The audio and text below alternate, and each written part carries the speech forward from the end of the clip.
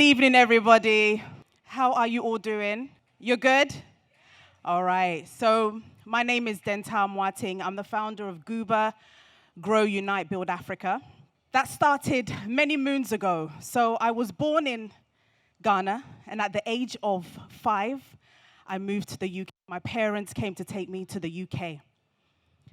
And I remember when I was in the UK, when I left Ghana, I looked like a tomboy. You know, Ghana, they cut your hair. And I was the only black person in my class.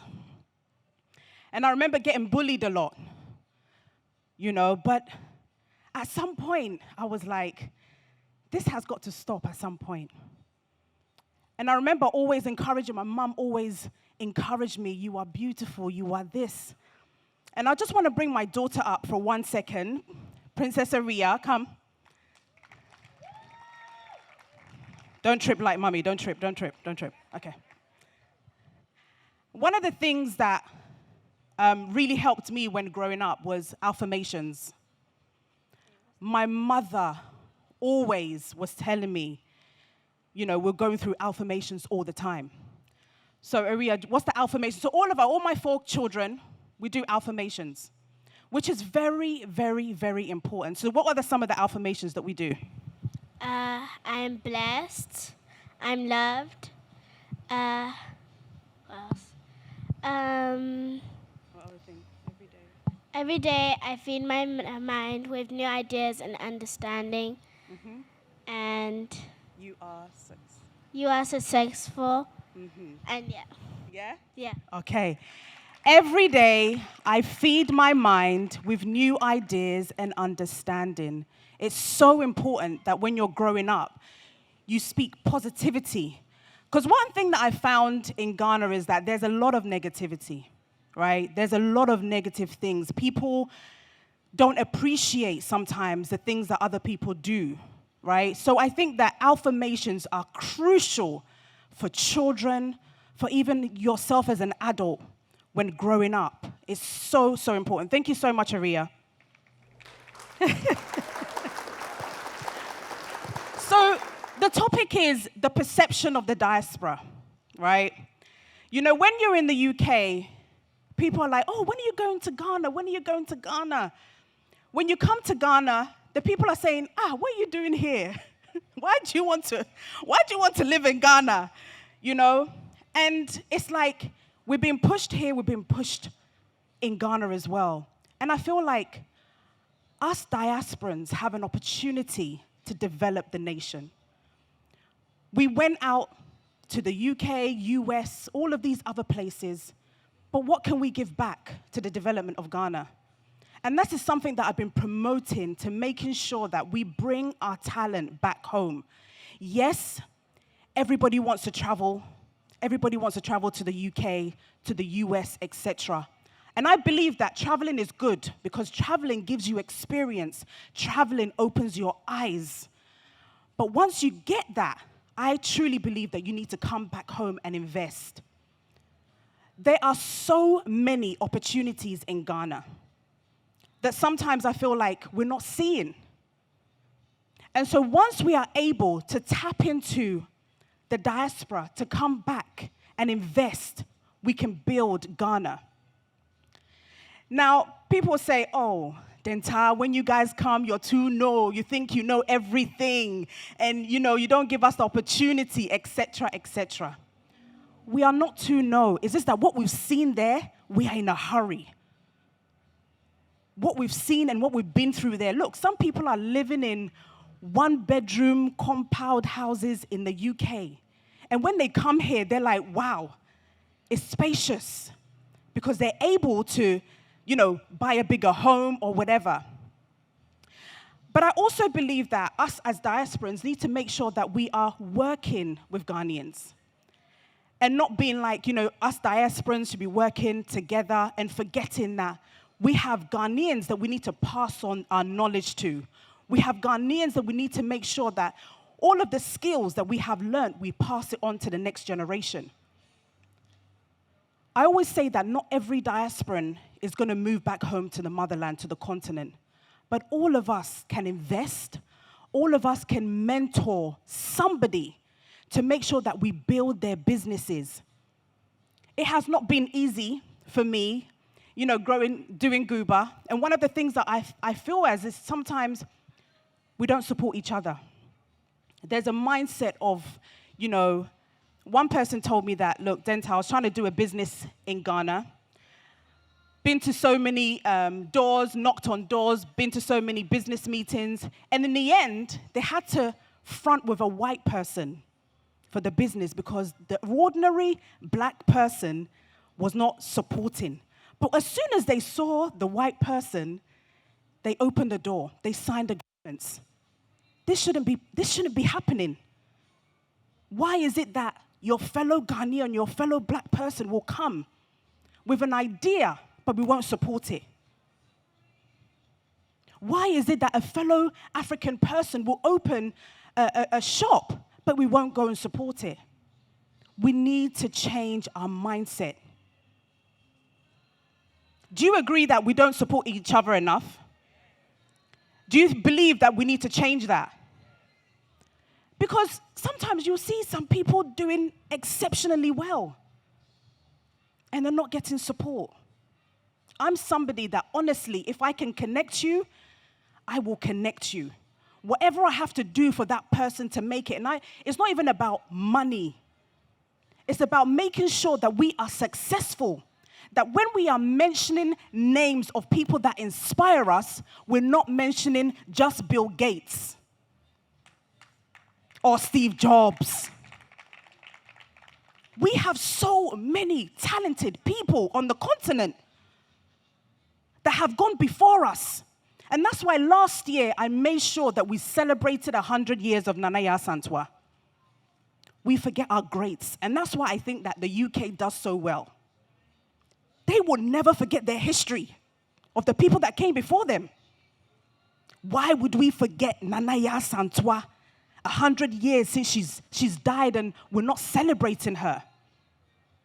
And so that's why we did the GUBA Awards celebrating Nana Yaa Asantewaa. We shouldn't forget our legacies, the people who have come before us.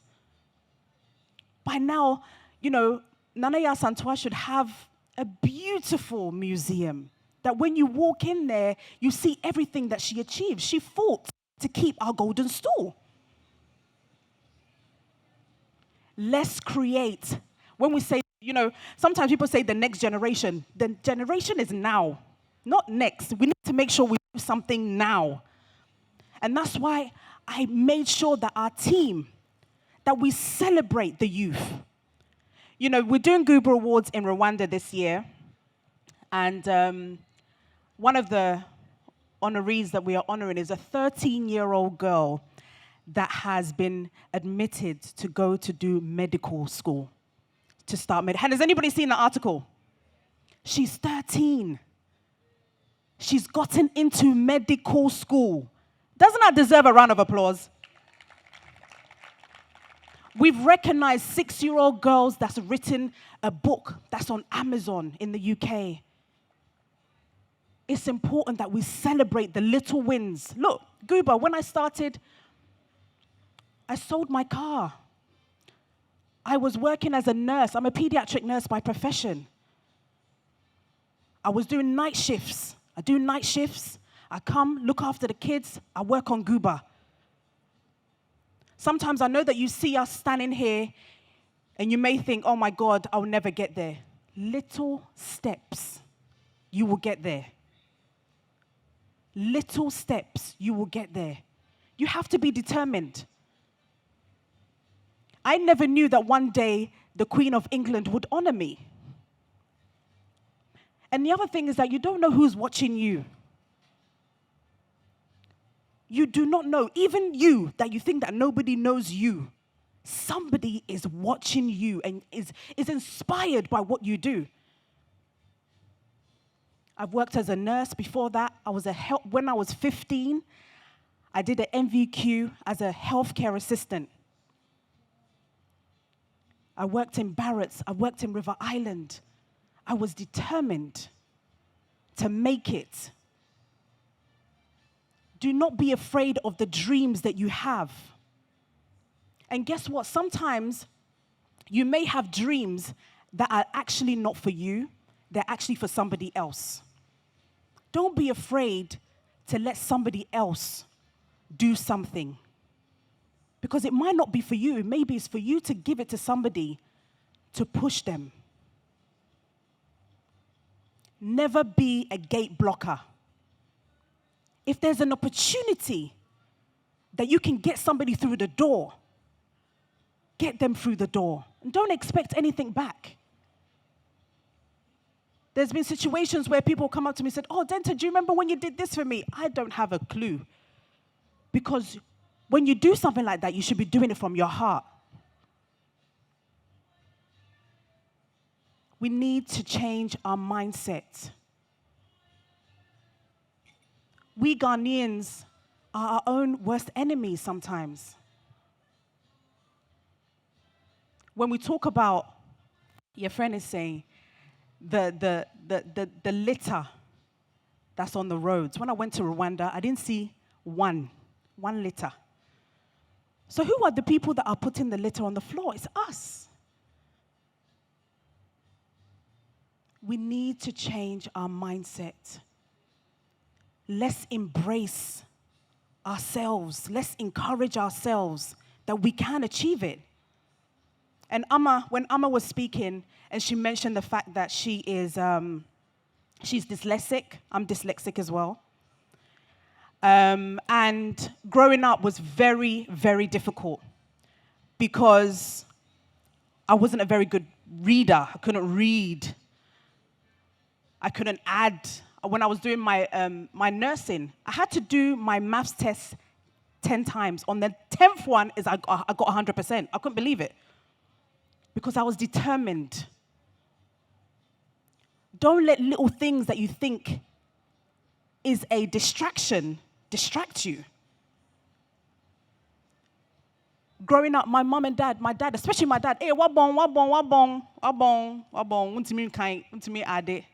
And now my dad's like, Charlie, I'm so proud of you. Hey, listen, let's be careful how we speak to our kids, the words that we speak into their life. Because if I wasn't a strong person, it could affect me, right? They'd be able to say, wabong.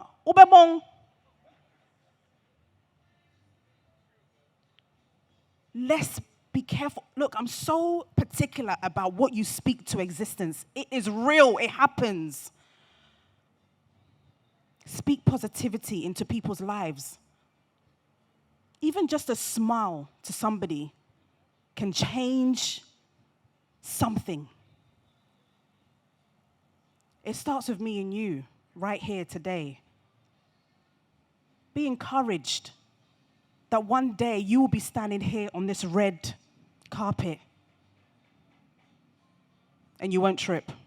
You'll walk nicely and you'll be fine. One day you'll be here, and make sure that you're able to bring somebody else up. Be an inspiration. Black people, we should be one, man. We have so much. More than the West. We have so much culture, so much heritage, so much stories. Remember when Wakanda came up? We were so proud. We were like, oh my God, Wakanda. But imagine how many stories we have here that have not even been told. Even the Yasantwa story has not been told and been put on the screen. Have you ever watched an American movie where the American is the bad person? The Americans are always superheroes. Do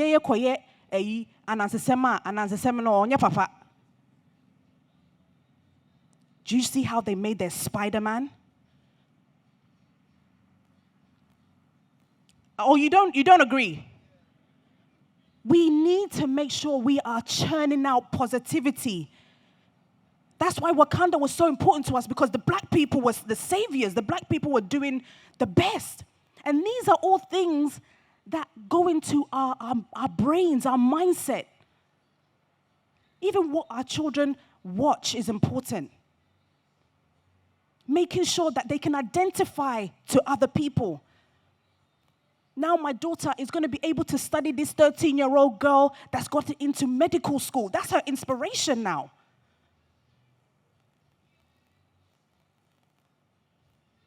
Let's change our mindset. We are the changers. We have to make this change. We have to now. The white people are always portraying themselves as the best. And sometimes, you know, the media, our media, we need to promote. Let's support the industry. Let's support each other. God bless you all. Thank you so much.